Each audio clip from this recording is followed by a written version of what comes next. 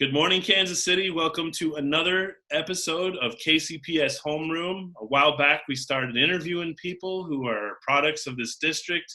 One idea I might have had alongside of some of our time during COVID was to reach out on social media and say, hey, what's going on? Where have you gone with your life?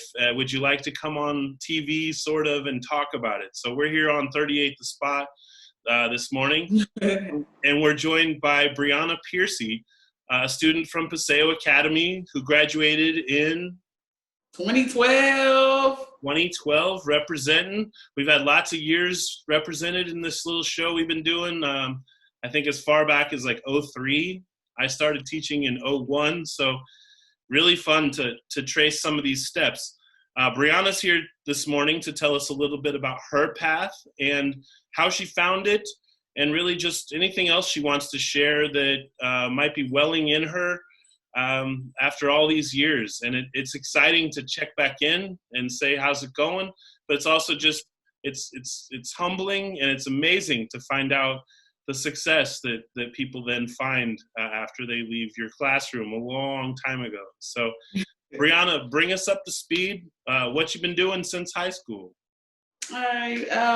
Well, since high school, like right now, currently, I am a sales support representative for UPS. So right now, I'm working with all like the mass shipments and stuff going on, making sure I design all the chassis for it and the presentations, making sure the brand support is flowing right. Post high school, right after I graduated, I took the college route. I went ahead and pursued to get my bachelor's at University of Central Missouri in Warrensburg. I originally, I got my bachelor's, and I was starting in psychology and criminal justice. I was double majoring.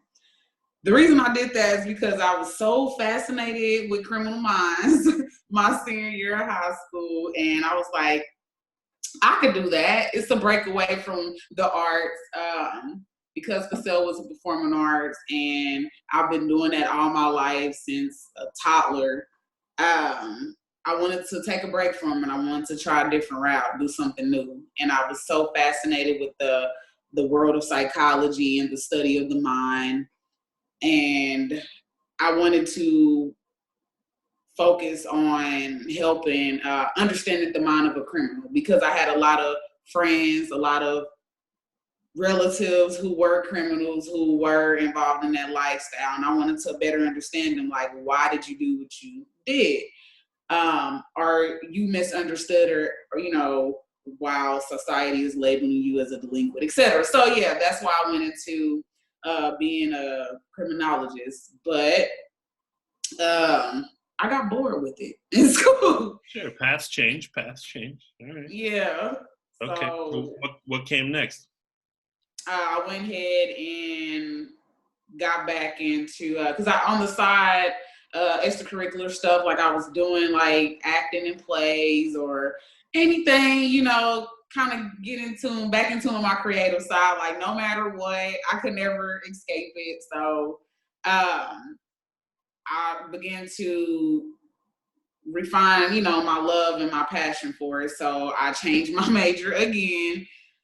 Literally at the end of my sophomore year of college, all my advisors were tripping, wigging out. They're like, you're about to get into your senior year. Why would you do this? I'm like, it's my life. I want to do it. So I switched over to digital media production. And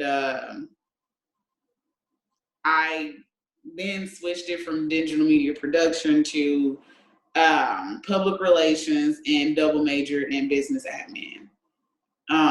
The reason I did it is simply because I allowed professors to cap off my goals of what I can reach, my limits or anything. I let them, kind of direct me and tell me what was attainable and what wasn't. And I figured, hey, they know what they're talking about. They've been down that route. I should listen to them. So changed my whole major.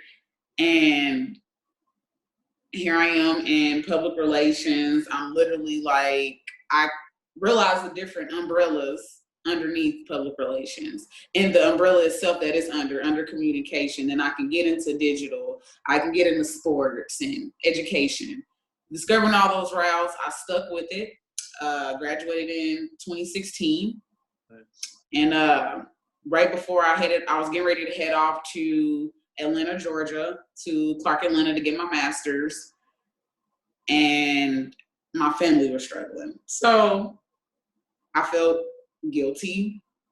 And no matter how hard I worked, beyond getting accepted, I redirected all my plans to come back home to KC. And I began looking for internships. I mean, like every day in between classes, I'm literally driving from Warrensburg to Kansas City, interviewing, virtual in between, eating. It was real dramatic, but I didn't get the big girl job that I wanted, that dream job. Didn't get it. Real discouraging. Hit a real rough patch coming home. Goodness. And right before I gave up on everything, and I got a email, then a call. It was from this big company that was needing help within the marketing and public relations sector of their business. They were into remodeling and construction.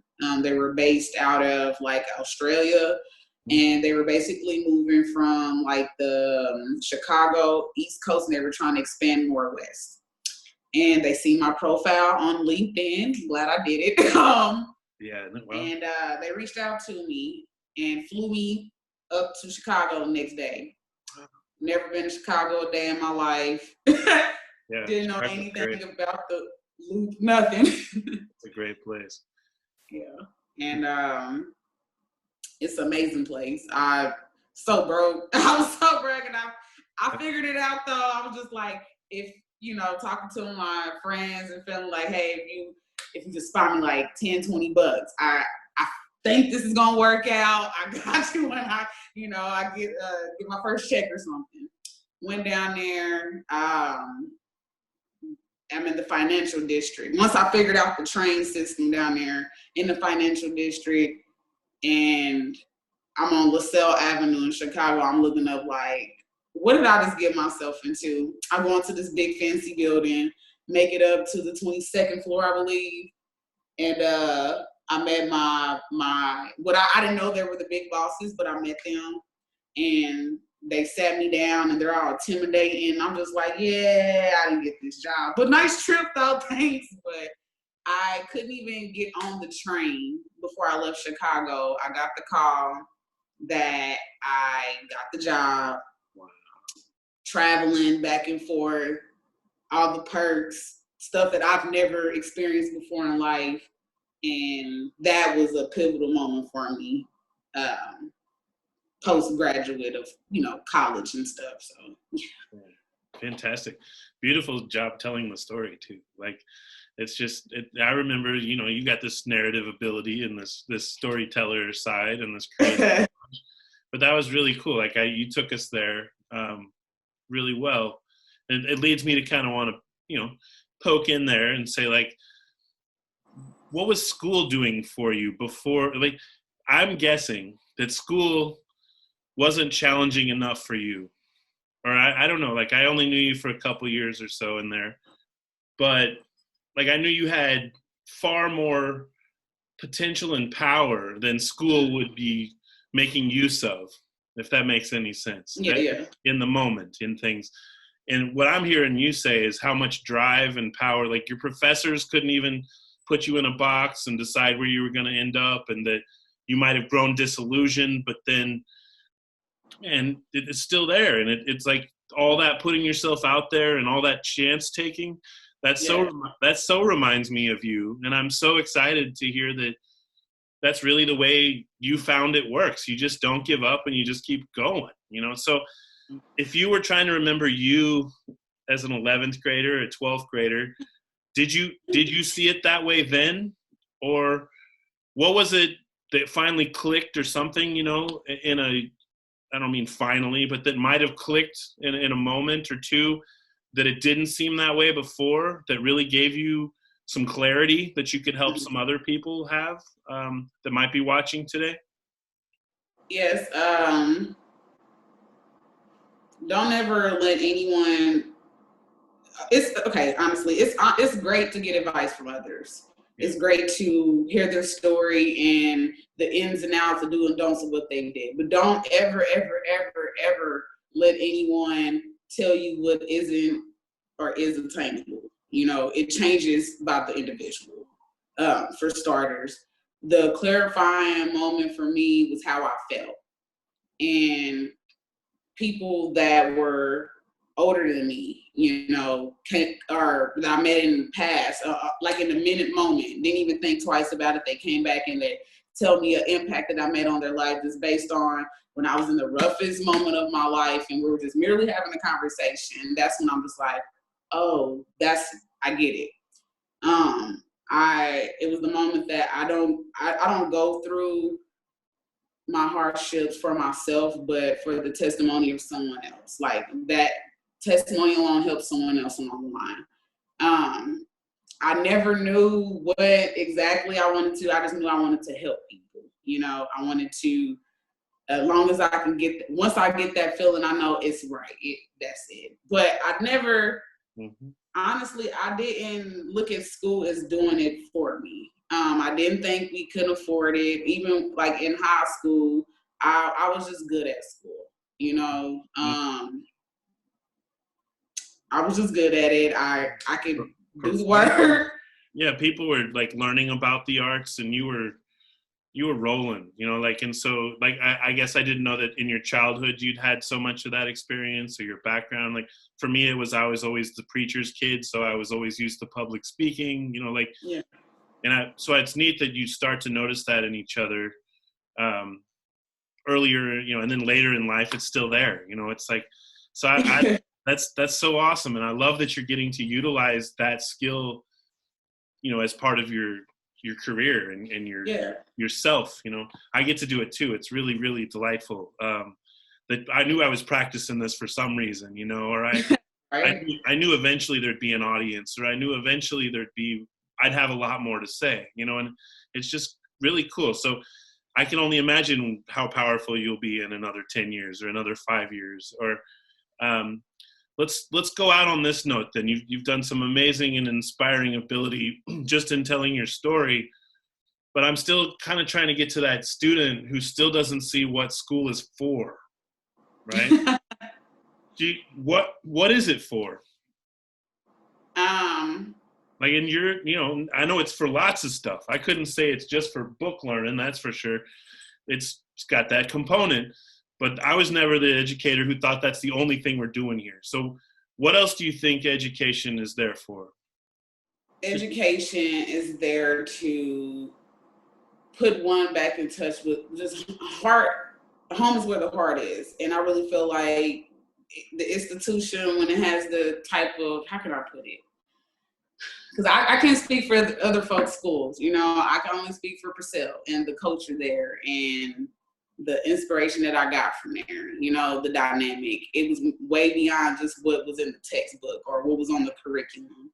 It was more so getting me back in touch with my creativity, challenging me in ways to pull that leader out of me, to produce arts in multiple ways like I didn't know that I was capable of.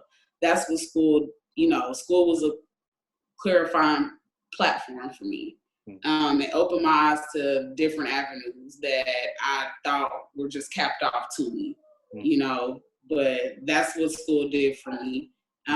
It got me back in tune with my true self. And hopefully to figure out my purpose here, in this big world. Yeah, it's really fun. And I will say that the people who I've reached out to, that's something a lot of them have in common is, and I don't know, I guess I'm in love with that, whatever the word is for it, is that people are finding themselves. Were you around with Corwin Albers? I don't think so. Yeah. Yeah. Oh man, I did an interview with him. he's a computer programmer guy now and does all this crazy language that no one would ever know. and he's found he runs 3 or 4 people who work under him now, and we had that same talk. He jumped straight into college. He wasn't quite sure why, but right. wasn't going to let himself not do that, at least give it a shot. And he really caught fire in a lot of the same ways. So exciting. I think if there's anything to this, KCPS students who are listening or anybody else in Kansas City, don't feel like the limits that are perceived are really so much in other people as much as they may be just right in your own head is also. And I love hearing Briana tell us that they're also coming out of the professors, and they're also coming out of the people who interact with us every day. But then find another environment where someone doesn't see you that way, and get involved in it as much as you can, right? Because it's so important. And people don't always see people with limitless opportunity. It's really crummy. It's the views that people and their biases that go so deep, but we're finding it to be so much more true. When you watch social media and you hear the pure stupidity come out of some people's mouths about skills and abilities, and it's just ridiculous. So I don't know, we opened that can. Do you want to comment on anything like that of what's going on in our world right now, and what has been reflected in our news, and we need to still make so much progress? I really feel like this is the time where it's really time to get active. We know what was done in the past. I'm all for strategizing. Now it's time to implement and execute. It's time to just really get on the forefront. You got to this is what's going on in the world today cannot be swept under the rug. We cannot continue to turn a cheek to it. Honestly, that's how I feel what's going on now. Now that I feel like I'm in a position to make change now, I can't do it by myself, I know others out there that have the knowledge I have, that have the experience I have, and see what's going on around them. Is it getting any better? It's really time to just really get together and execute. It's time to act on it. No more talking. That's how I feel about what's going on in the world now. I'm all there.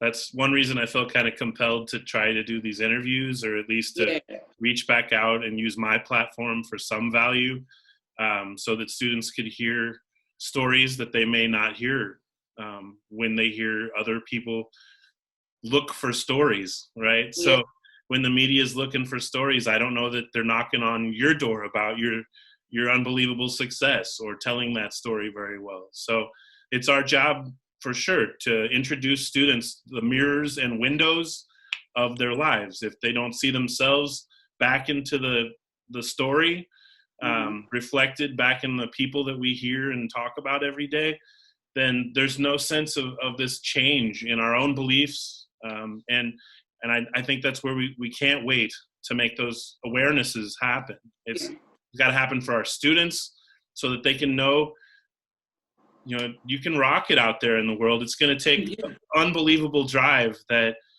you demonstrate here and tell that fantastically. So this has been a great additional interview with a student that I, again, just am no longer calling a student, but will always be someone I appreciated from the past. And the crazy part is the past doesn't just stop there. The students keep going and keep growing. So Briana, it's really been fun to check in with you. I'm impressed with you like I was back then, and wish you continued success. If you want to get more involved in KCPS students' lives or have in some interaction there, that's what I'm thinking, we could certainly do. I also want to do another callback with everybody once we can all be in person and have the people who I interviewed all come together, and also maybe do a show. And I would propose it would be called Coffee House Reheated. Yeah, I'm feeling it. That's my idea. And I want to get sponsors. I want to do it on 18th and Vine at the gym. So if anybody's watching this that thinks that sounds like a cool idea, hit me up. I work for KCPS. My name's on here, Chris Odam. So again, it's been wonderful. Thank you again, Briana Piercey. Shout out to all Kansas City. Keep watching these shows. Send them to a friend. These will be on the YouTube channel, and they're also going to be featured on 38 The Spot. So thanks again. Have a wonderful day, everybody in Kansas City.